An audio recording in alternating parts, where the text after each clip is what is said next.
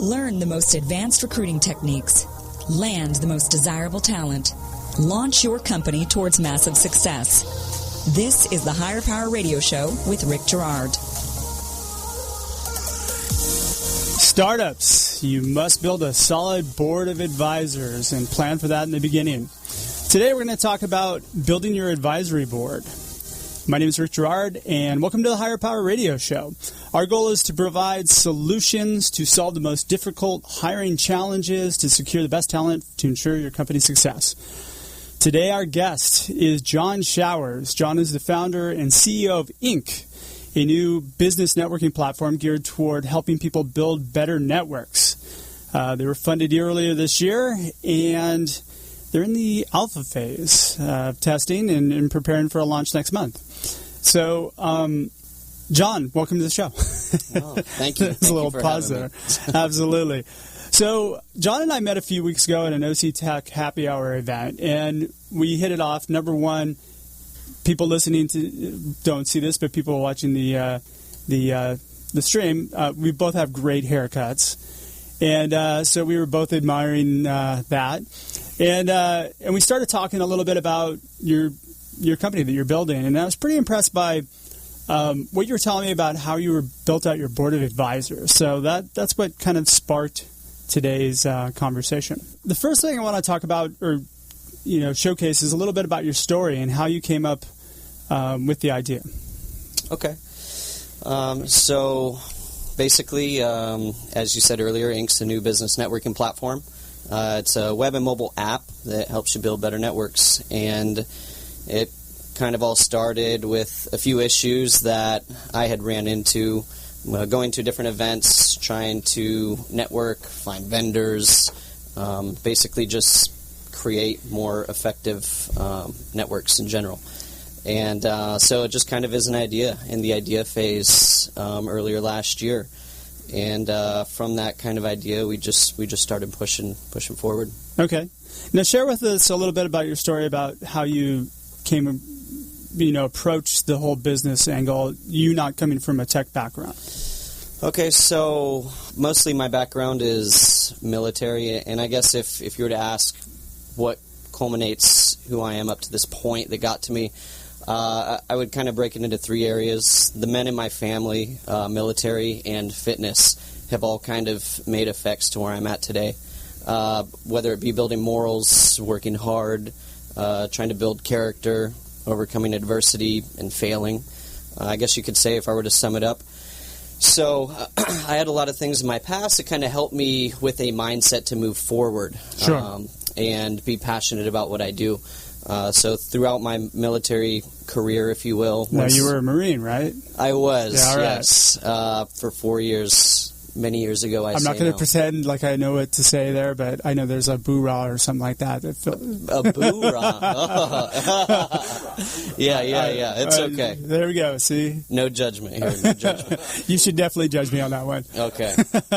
So I got out of the military in 2010. I came out here to Orange County.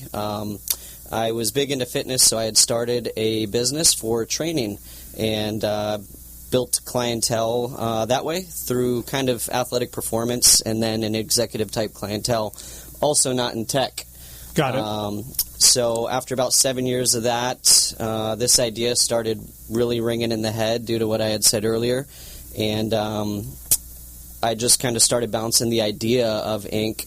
off of friends, family, and kind of the people that I trust in my network. And there seemed to be a lot of validation for a need in today's market. So I knew without having a tech background, we were in some trouble unless we kind of flipped things and started building a team of advisors early. Sure. Okay. Now, who did you bring on to your team of advisors? How many people? What was the thought process behind thinking? What gaps did you need to fill? So I knew with my background, we needed obviously somebody more towards the tech aspect of things. Sure. Along with that, possibly business strategy, how to kind of form a business from the inside out. We definitely needed some technical people, which was something we were looking for, along with a couple other avenues as well. So It just so happened through the fitness network that I had through the other business, whether it be clientele or members of the gym, I linked up with somebody right off the bat that I had known for a few years who ended up being a former executive for Verizon. I guess through that, my world changed pretty dramatically as far as doors opening. I'm sure. So that was leveraging one of your clients? Correct, okay. Yeah.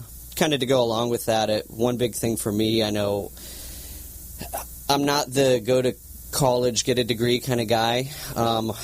For me, that wasn't something that was always very important. So maybe if you're going to be a lawyer or a doctor, but for me, leveraging network is huge, and it can change your life. So being able to kind of lean on the network was definitely the biggest step for us. Most definitely. And you and I met at a networking event.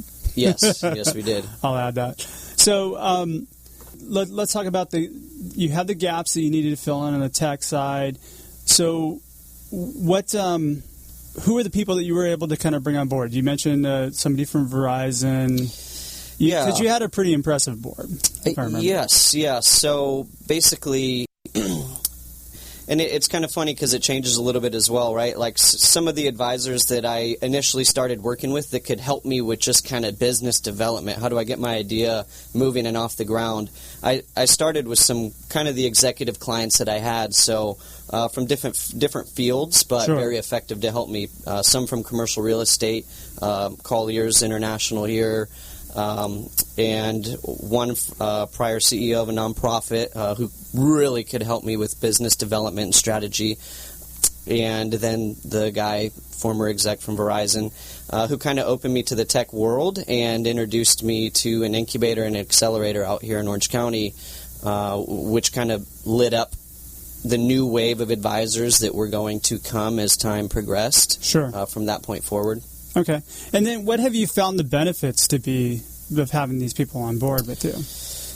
I don't know if we'd be here today without them. Sure. Again, not having a tech background, it was going to be detrimental for us to find people that could help in different areas that might not have been strengths of ours, especially for the time being. So being able to lean on people at a point where in the beginning you don't typically have capital unless you're really lucky or you had already made an exit prior. Sure. So you're going to have to find out some sort of strategy that's going to be able to give you advice and help you push forward, and maybe you could opt other things versus cash in exchange to kind of get services to help you get to where you need to be. Yeah, and absolutely. And I feel like a lot of companies, they have their heads down in the work so much that they forget about this piece.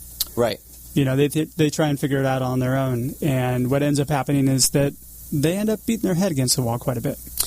Yeah, I mean, my girlfriend and myself would sit in the apartment and just kind of butt heads in circles a little bit initially, and really knew that we needed to find people that we could lean on that could definitely kind of help bring us out of that funk and progress forward. Or there was nowhere we were gonna be able to go. Okay, and then. What was the thing that attracted the people to you, do you think? As far as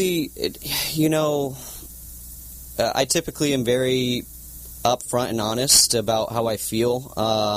I guess I think I'm genuine as well. Okay. And I've definitely given services of people needing my help when they ask for it, and I think that I don't typically expect something back. And when the time has come around to where I've needed something, not knowing who maybe some of these people were, they've reached out and extended hands themselves. And again, it goes back to a network, which I think creating a network or leaning on a network you've created or want to find is going to be one of the most powerful tools you can use. Boom. All right. We're going to take a quick break on that. So we're talking with John Showers, CEO of Inc., about the importance of building a strong advisory board. Take a quick break, and when we come back, we're going to give some creative solutions to how to recruit your board of advisors.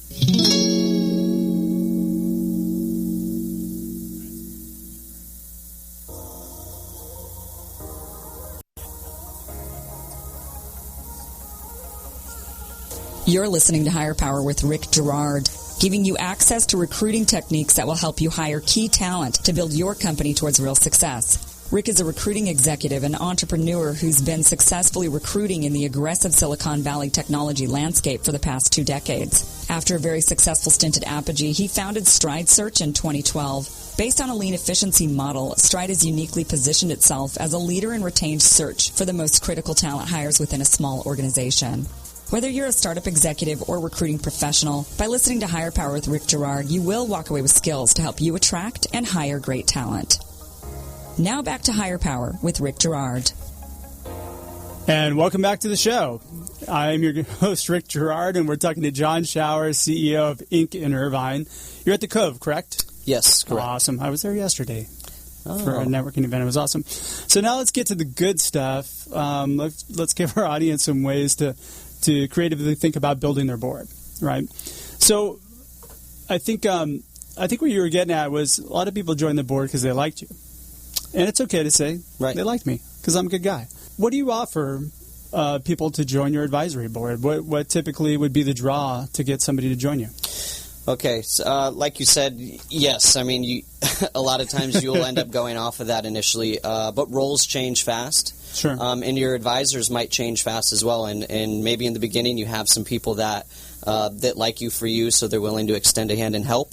But you'll realize pretty quickly you're going to start needing some real key strategic people in different areas. And at some point, inevitably, you're going to obviously have to offer something. Sure. A couple kind of smart points and things that I would recommend that kind of we've gone through ourselves is obviously if you don't have cash or capital to give, incentivizing them with equity investing schedules, just like you would do with an investor, just at a different level. Typically a level that's definitely taken back. And what I mean by that is, you give up fraction of a percent, whatever that number is for you, and really make sure you have a vesting schedule for what that person can do for you. Because a lot of times startups make the mistake of they grab somebody because they have a great background and all this criteria, and they say, hey, I'll give you 5%, and that guy will take that 5%, give you one sentence, and walk away, and you've lost that part of the company. Oh, yeah. Right? So what vesting schedule, to break into that a little bit, is having some sort of lines and goals written out in contract into which that advisor needs to abide by and follow timeline-wise until they kind of vest out whatever your agreement was in exchange. Okay, gotcha. And I'm thinking you probably had an advisor that helped you design that as well, right? And we're currently creating some now that will pertain towards the advisors that'll be going from here on out, especially, most certainly. Got it. Okay. So let's talk specifically about how you built your board, because that was really kind of... So you worked through one person. Walk me through how this thing kind of branched out for you. If we were to push past the initial advisors, which a lot were friends and clients in executive positions, once I kind of had joined the incubator and accelerator here in Orange County, I was able to open my resources towards other people in positions more specific to what I needed. Got it. So approaching them one at a time with questions that I had for them, I guess, as far as what I was looking for. Sure. And then at the same token, kind of seeing what their responses were and how they were as people, and trying to make the best judgment I could and how they would fit in the team with how we're trying to kind of create the culture, I guess you could say. Got it. Okay, so but more tactically, did you identify people within the community that, hey, look, I really want this person on my board, and then how did you go about getting that person? Yes, definitely. And I would have sit-down one-on-one conversations and really see kind of how involved they were as well. I mean, if they reached out to me after following up, giving me more ideas, helping me with this and that over the next 4 or 5 days to a week, and went out of their way, showing that they're kind of more vested in helping me without me even doing anything or promising anything, it kind of shows me that they're a little more involved in maybe wanting to be a part of the team. Sure. So there were a couple things that I would try and judge off that fact as well. Okay. Yeah. Okay. Now, you guys are still fairly small, right, when you're getting to the point of launch? Yeah, our advisors are actually more in number than the members of the team itself, I guess, as far as, Okay. Hey, there's nothing wrong with that, right? A lot less payroll. Yes. So... let's think about, our listener today who maybe is a group of guys starting up a company, and maybe some guys over at the Cove, who know. But they're thinking about building their board of advisors. What creative ways do you think would be beneficial to them to... From our position, not really of having the ability to do so unless we were in an incubator accelerator scenario. I definitely say that's one way you could go about it. If you can find a local incubator or accelerator that has the ability to maybe take applications and you could get into that, you'll typically find a lot of resources in that kind of area. If not, even going to things like OC Tech Happy Hour, local meetups and startups, because talking to one person after another, you're going to find, where a couple of investors are at, or listen to them on different speeches during these events. So those are good to go to as well. Okay. So really hitting kind of local events and such. Okay. Now, here's one thing that I'm kind of fascinated with. So what coverage do you have right now on your board? Because that's really where most of you guys are doing most of the work, but that's where most of your information is coming from. And then what coverage are you planning for, and how are you planning for it? Coverage is in the areas that you're lacking. Okay, so basically we kind of did things a little bit different, a little odd. Part of our advisory board is actually one of the founders of the development company that we hired to create Inc. So we have a technical aspect of it, and the company's vested as well as an advisor. Okay. So that's something that's a little bit different. So that kind of covers that end of things. So he's got the tech end covered. He's got the tech end covered, and we kind of have a vested out schedule of him also representing the acting CTO for a certain amount of time in the beginning as well. We did that just as we don't have the capital right in the beginning to kind of afford a CTO, so it was a way for us to get what we need, get around kind of that hurdle. Super creative. Right. Yeah. Alongside that, we have a couple former executives from the cellular side of things, which I had mentioned before. And then we also have a couple prior executives from this area of Orange County that deal with just kind of different kinds of business, whether it be commercial real estate, running nonprofits, things that could help at different angles along the way and kind of build the interior of a business as well. Okay. So you're launching pretty soon. Do you have somebody on board who's helping you guys out with the launch? Yes. So one of the ladies who came on early on is an advisor. She's dealt in the world running a nonprofit herself of, kind of creating launch situations. Sure. And going from there. So, yeah, we have her, and then the Cove, I would say, is a huge help as well. Having an incubator and an ecosystem around you that you can lean on and has resources can definitely help as well. So they kind of extend an open arm from their angle, too. So from your perspective, the incubator has kind of been the biggest help. I think it's been the biggest help. Yeah. You're lost unless you're from a tech background a lot of times. So if you can find a ecosystem, like an incubator and accelerator, it can change your lives. And if somebody there can't, they're going to know somebody that can. Yeah. I would imagine, just being able to leverage that network has been huge for you. Yeah, very much so. So let's talk about kind of, this is a recruiting process, right? So my perspective is that whenever you're building a team, be it an advisory board or your core team, you really want to make sure that you research and find influencers or the people that you want, right? Having a strong team for all aspects is going to be the biggest reason why your company either fails or succeeds. Correct?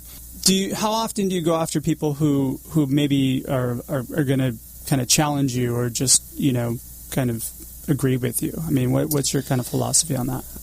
And I know we kind of played around with this a little bit before. It kind of drew some laughter because I'm dealing with this right now. But you don't want somebody who's there to say, yeah, and just listen and agree with you. Yep. The more arguments you're going to get a lot of times, the better, because they're being honest, and they're seasoned in an industry or an area in which perhaps you're not. So they're going to bring conflict up, and I think that, well, we all know conflict creates growth in almost all aspects. So you want the people that are going to challenge you. You want the people that aren't going to agree with you all the time, because at the very least, what you're going to get out of that is perspective, and that perspective is different perspective. Yep. And that can definitely create many different facets for you.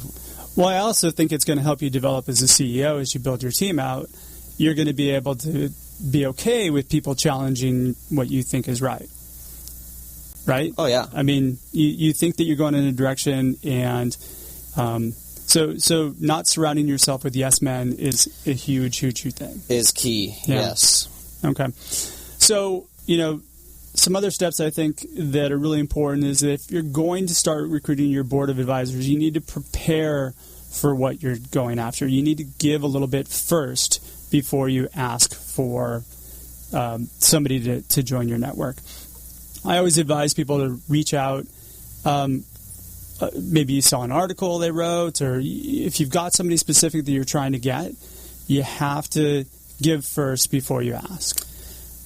I don't know if that's something that's kind of worked into your model, but it's always been very helpful for us. Yeah, give some, don't give too much, and I think a lot of people give too much. And if you're nervous around those kind of things, break down your vesting schedule to a shorter period of time and test it out, but have it contracted so they don't walk away. Instead of saying over the next 2 years hit these milestones, say, okay, let's do a quarter, percent, whatever that number is, and test this out over the next year or the next 6 months or whatever you want it to be. That way you still can hold equity and kind of feel the relationship out and make sure you're getting what you need to get. Well, yeah, and I love how you're putting your board of advisors to work with you.